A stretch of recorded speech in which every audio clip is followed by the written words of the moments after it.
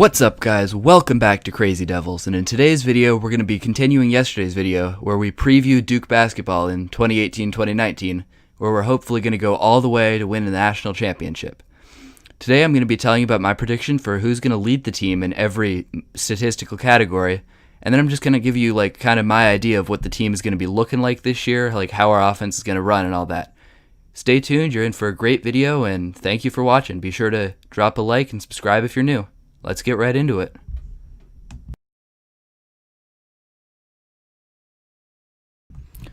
The first category I'm going to tell you about is our leader in total points for this season, which I'm going to give to RJ Barrett.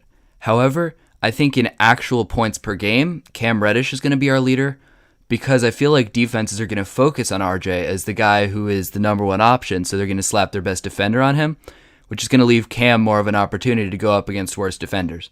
However, the reason that I think RJ is going to be the leader in total points as opposed to points per game is because I'm kind of worried about Cam being hurt. There were pictures of him in a walking boot earlier this summer. Now he's missing the Canada trip with, I think, a strained pelvis or something.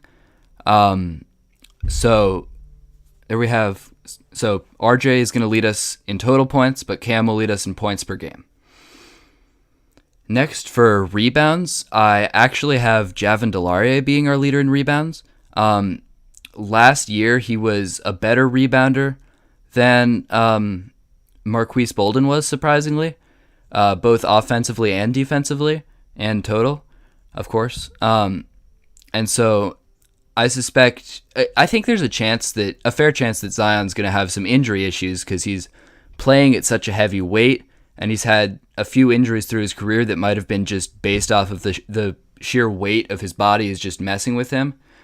So I think he might miss enough time and Javin's going to play enough that Javin's going to lead the team in rebounds, but it could very easily be Zion or Marquise Bolden. I think our leader in assists is pretty obviously going to be Trey Jones. He'll be our point guard this year. He'll have the ball most of the time, and if he plays anything like his brother Tyus did, he will be a great facilitator. He's going to have the keys to our offense. He's going to be really good at driving and kicking out to shooters, and I'm really excited to see that. If for some reason Trey has an injury and doesn't play that much this year, then I would expect Cam Reddish would be our second best passer. But unless Trey misses well over half the season, and I'm knocking on wood here, Trey is definitely going to be our leader in assists.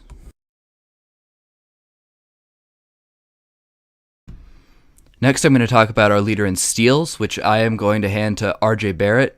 I've read things and I've seen things and I've witnessed things that lead me to believe that RJ Barrett is going to be one of, if not the best one-and-done defender that we've had.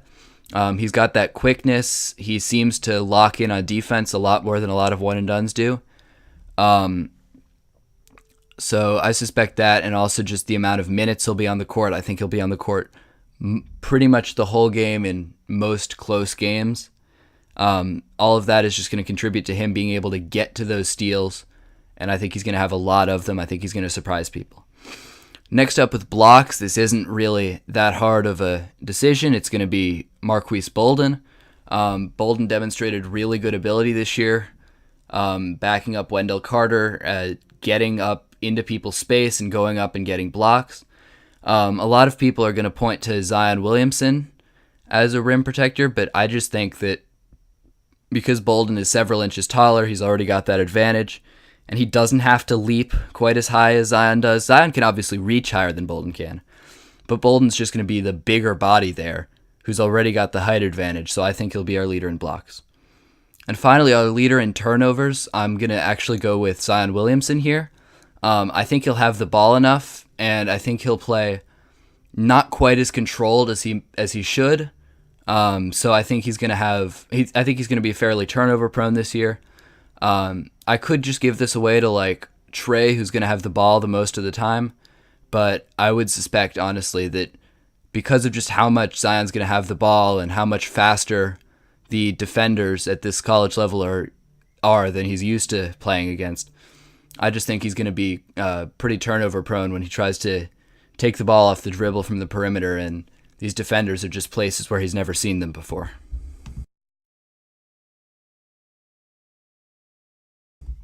And finally, I'm going to cover shooting stats.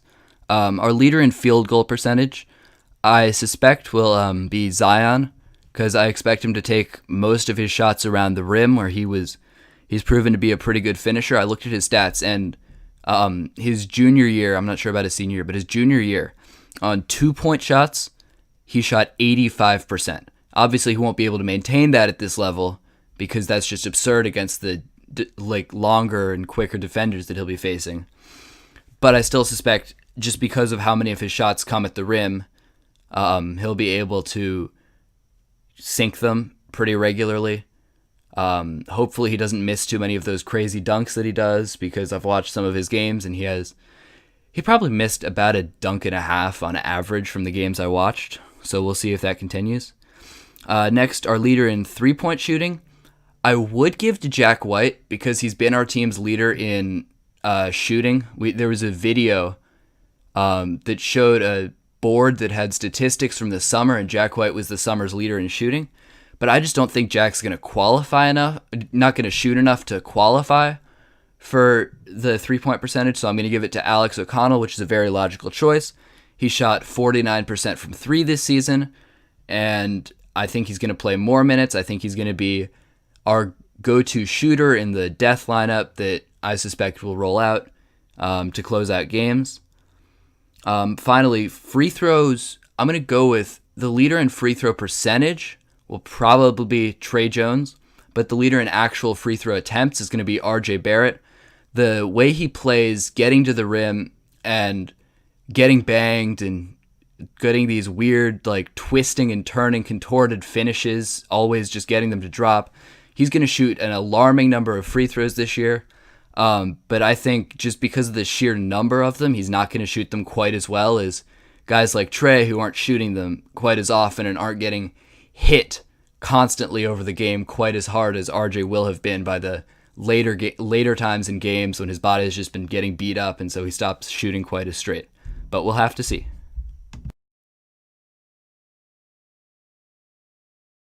The last thing I'm going to do in this video is I'm going to kind of talk about what I'm expecting to see out of this team, what I think the offense will look like, what I think the defense will look like.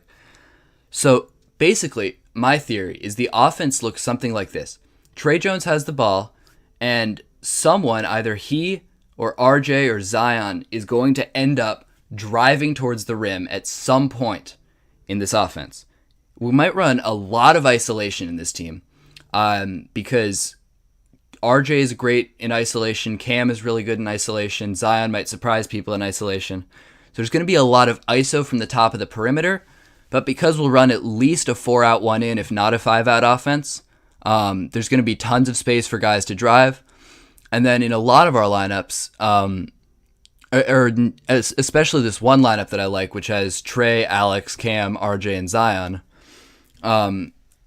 there's just going to be anytime anyone drives in and someone helps off, they're just going to be able to kick it out. And I would suspect, especially with the Canada tour, and we've been able to start practice now, there's going to be a lot of chemistry in this team, and so they're going to be able to catch that ball and either shoot it or swing it to the next guy and just keep it going in that wonderful Duke basketball way where the ball moves faster than defense and someone ends up with a wide open 3-point shot.